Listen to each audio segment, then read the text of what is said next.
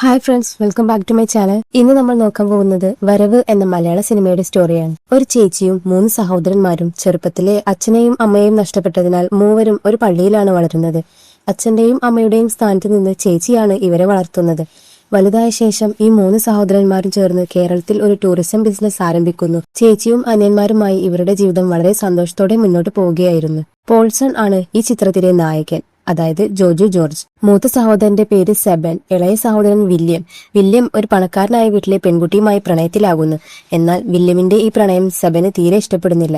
എങ്കിലും അത് സഹിച്ചുകൊണ്ട് അവൻ മുന്നോട്ട് പോകുന്നു. ഒരു ഘട്ടത്തിനു ശേഷം വില്യമിന്റെ പ്രണയ വിഷയം പെൺകുട്ടിയുടെ വീട്ടിൽ അറിയാനിടയാവുകയും കുറച്ചു ദിവസങ്ങൾക്കുള്ളിൽ വില്യമിനെ കാണാതാവുകയും ചെയ്യും. വില്യം ജീവനോടെ ഉണ്ടോ അതോ ഇല്ലയോ, അവൻ കാണാതായതിന് പിന്നിൽ ആരാണ്? അങ്ങനെ നിരവധി ട്വിസ്റ്റുകളോടെ ആർക്കും പ്രതീക്ഷിക്കാൻ കഴിയാത്ത ഒരു സംഭവമാണ് നടക്കുന്നത്. ആ സംഭവം എന്താണെന്നതാണ് ഈ സിനിമയുടെ ബാക്കി കഥ. ഈ സിനിമയുടെ മുഴുവൻ കഥയും അറിയാൻ മറക്കാതെ നമ്മുടെ ചാനൽ സബ്സ്ക്രൈബ് ചെയ്ത് ഈ വീഡിയോ സ്കിപ്പ് ചെയ്യാതെ കാണുക. സിനിമയുടെ തുടക്കത്തിൽ നമ്മുടെ നായകനെയാണ് കാണിക്കുന്നത്. ഒരു കൊലപാതക കേസിൽ ജയിലിൽ കഴിയുന്ന നായകൻ 10 ദിവസത്തെ പരോളിൽ പുറത്തിറങ്ങുന്നു. സ്വന്തം നാട്ടിലേക്ക് പോകാനായി ബസ്സിൽ യാത്ര ചെയ്യുമ്പോൾ 4-5 ഗുണ്ടകൾ നായകനെ ആക്രമിക്കാൻ എത്തുന്നു. തന്നെ കൊല്ലാനാണ് അവർ വന്നതെന്ന് മനസ്സിലാക്കുന്ന നായകൻ അവരെയെല്ലാം തല്ലി ചതച്ച ശേഷം കയ്യിലൊരു ബാഗും എടുത്ത് കൂട്ടുകാരനെ ഫോൺ വിളിച്ച് അവിടെ നിന്ന് രക്ഷപ്പെടുന്നു. തുടർന്ന് നായകന്റെ സ്വന്തം നാട് കാണിക്കുന്നു. നായകനും കൂട്ടുകാരനും ഒരു ജീപ്പിൽ വരികയാണ്. നായകന്റെ ബാഗിൽ നിറയെ പണക്കെട്ടുകൾ ഉണ്ടായിരുന്നു. ഇത് കണ്ട് കൂട്ടുകാരൻ അത്ഭുതപ്പെടുന്നു. ഈ പണമൊക്കെ എവിടെ നിന്നാണെന്ന് ചോദിക്കുമ്പോൾ പറയേണ്ട സമയത്ത് കറക്റ്റായി പറയാം, നീ നേരെ നമ്മുടെ ചേട്ടന്റെ കടയിലേക്ക് വണ്ടി വിട് എന്ന് നായകൻ പറയുന്നു. ചായക്കടയിൽ ചായ കുടിച്ചുകൊണ്ടിരിക്കുമ്പോൾ നായകൻ ആ ബാഗ് അവിടെ വെക്കാൻ കൊടുക്കുന്നു. കടയുടമ ആ ബാഗിനുള്ളിൽ എന്താണെന്ന് നോക്കാതെ അത് വാങ്ങി ഒരു മുറിയിൽ കൊണ്ടുവെക്കുന്നു. അടുത്ത രംഗത്തിൽ ഒരു പാലത്തിന് മുകളിൽ കുറച്ച് ഗുണ്ടകളെ കാണിക്കുന്നു. അവരുടെ കയ്യിൽ വലിയൊരു ചാക്കുണ്ടായിരുന്നു. അതിനുള്ളിൽ ഒരാളുടെ തലയുണ്ടായിരുന്നു. ഇനി ഇവന്റെ തല നമുക്ക് ആവശ്യമില്ല, ഇതെടുത്ത് പുഴയിലേക്ക് എറിയാം എന്ന് പറഞ്ഞ് ആ തല പുഴയിലെറിഞ്ഞ ശേഷം അവരും ഈ ചേട്ടന്റെ ചായക്കടയിലേക്ക് തന്നെ വരുന്നു. ഗുണ്ടകൾ ചായ കുടിച്ചുകൊണ്ടിരിക്കുമ്പോൾ അവിടെ നായകൻ എത്തുകയാണ്. വന്നപാടെ അവിടെയുള്ള എല്ലാ ഗുണ്ടകളെയും ഇട്ട് ക്രൂരമായി തല്ലി ചതക്കുന്നു. നായകന്റെ അടി കൊണ്ട് ഓരോരുത്തരുടെയും കൈയും കാലും ഒടിഞ്ഞു തൂങ്ങുന്നു. അവര് തല്ലിയിട്ട ശേഷം നായകൻ നേരെ പോലീസ് സ്റ്റേഷനിലേക്ക് പോയി. ഞാൻ ജയിലിൽ നിന്ന് 10 ദിവസത്തെ പരോളിന് വന്ന കുറ്റവാളിയാണ്. ദിവസവും ഇവിടെ വന്ന് ഒപ്പിടാൻ പറഞ്ഞിട്ടുണ്ട്. ഇന്നത്തെ ഒപ്പിട്ടിട്ട് പോകാം എന്ന് പറഞ്ഞ് ഒപ്പിടുന്നു. അപ്പോഴാണ് അവിടുത്തെ പോലീസ് ഓഫീസർക്ക് ഒരു ഫോൺ കോൾ വരുന്നത്. മലയിലുള്ള ഒരു ചായക്കടയിൽ കുറച്ച് ഗുണ്ടകൾ തമ്മിൽ അടിപിടി ഉണ്ടായെന്നും പലരുടെയും കൈയും കാലും ഒടിഞ്ഞിട്ടുണ്ടെന്നും വിവരമറിഞ്ഞ് പോലീസ് ഓഫീസർ അവിടേക്ക് പോകുന്നു. ഇവരെയൊക്കെ തല്ലിയത് ആരാണെന്ന് പോലീസ് ആ ചേട്ടനോട് ചോദിക്കുന്നു. അതിനുശേഷം നായകനും കടയുടമയുമായ ചേട്ടനും പോലീസ് സ്റ്റേഷനിലെത്തുന്നു. സ്റ്റേഷനിൽ വെച്ച് ഇവരെ എല്ലാം തല്ലിയത് ആരാണെന്ന് ചോദിക്കുമ്പോൾ വില്യം ആണെന്ന് കടയുടമ പറയുന്നു. ആരാണ് ഈ വില്യം എന്ന് നോക്കിയാൽ പോൾസന്റെ അനിയനാണ്. പോൾസൺ ആണെങ്കിൽ നമ്മുടെ നായകനും. കഥയിൽ ആകെ 4 പ്രധാന കഥാപാത്രങ്ങളാണുള്ളത്. അതിൽ പ്രധാനപ്പെട്ട കഥാപാത്രം ഈ ചിത്രത്തിലെ വില്ലനായി ജോജു ജോർജ് അവതരിപ്പിക്കുന്ന പോൾസൺ ആണ്.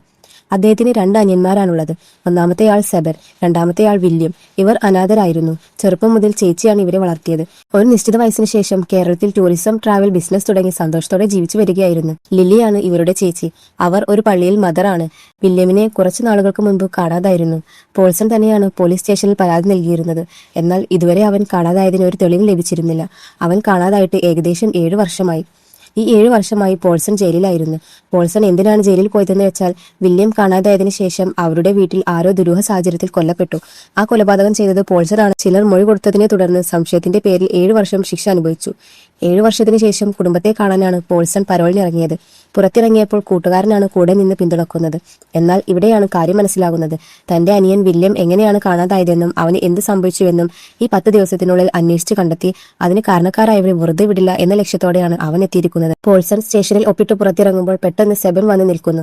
പോൾസന്റെ മൂത്ത അനിയൻ. വില്യമിനെ കാണാതായതിനു ശേഷം പോൾസന്റെ മേൽ കള്ളക്കേസ് ചുമത്തി 7 വർഷം ജയിലിൽ അടച്ചു.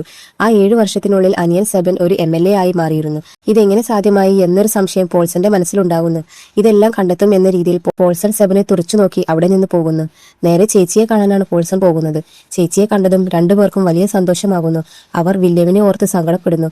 അതിനുശേഷം പോൾസൺ അവർ പണ്ട് താമസിച്ചിരുന്ന വീട്ടിലേക്ക് പോകുന്നു. പഴയ ഓർമ്മകളെല്ലാം അവന്റെ മനസ്സിലേക്ക് വരുന്നു.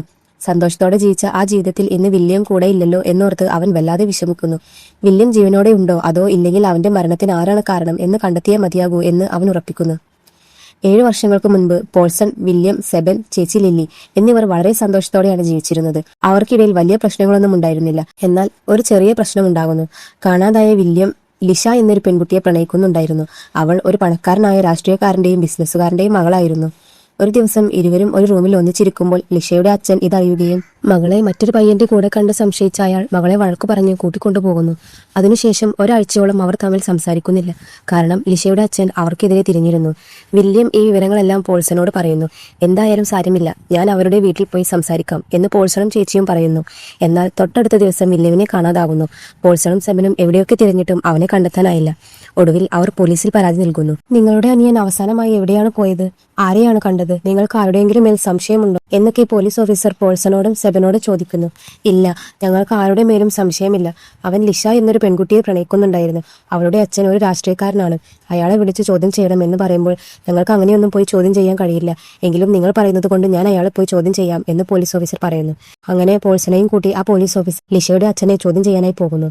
പോലീസുകാരൻ ലിഷയുടെ അച്ഛനെ ചോദ്യം ചെയ്തെങ്കിലും നിങ്ങളുടെ മകനുമായി എനിക്കൊരു ബന്ധവുമില്ല. അന്നത്തെ സംഭവത്തിന് ശേഷം അവൻ എവിടെ പോയി എന്ന് എനിക്കറിയില്ല എന്ന് പറഞ്ഞ് അയാൾ തൊട്ടടുത്ത ദിവസം പോൾസൺ വിഷമിച്ചിരിക്കുമ്പോൾ അവന്റെ വീട്ടിലേക്ക് പോലീസ് എത്തുന്നു. വീട്ടിൽ ആരോ കൊല്ലപ്പെട്ടിട്ടുണ്ടെന്ന് വിവരം ലഭിച്ചാണ് അവർ വന്നത്. വീടിന്റെ ഗാർഡനിൽ ഒരു മൃതദേഹം കണ്ടെത്തുന്നു. പോൾസൺ ആണ് കൊലപാതകം ചെയ്തതെന്ന് ഒരാൾ വ്യാജമൊഴിയും നൽകുന്നു. ലിഷയുടെ അച്ഛന്റെ ആളായിരുന്നു ആ സാക്ഷി. ചെയ്യാത്ത കുറ്റത്തിന് പോൾസൺ 7 വർഷം ജയിൽ ശിക്ഷ അനുഭവിക്കേണ്ടി വരുന്നു. നിലവിലെ സാഹചര്യത്തിൽ 10 ദിവസത്തെ പരോളിൽ ഇറങ്ങിയ പോൾസൺ അനിയന് എന്ത് സംഭവിച്ചു എന്ന് കണ്ടെത്താൻ ഉറപ്പിക്കുന്നു.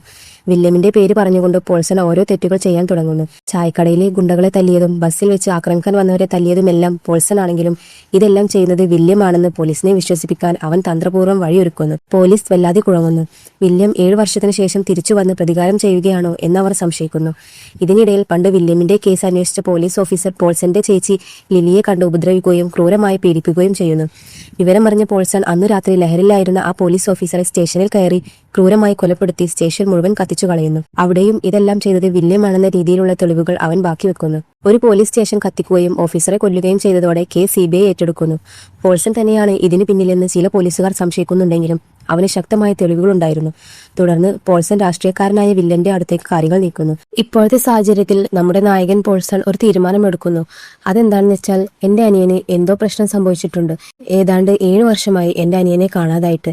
ഇതുവരെ പോലീസ് ഓഫീസർ വലിയ നടപടികളൊന്നും എടുത്തിട്ടില്ല. ആ രാഷ്ട്രീയക്കാരൻ കാരണമാണ് എന്റെ അനിയന് എന്തോ വലിയ പ്രശ്നം സംഭവിച്ചത്.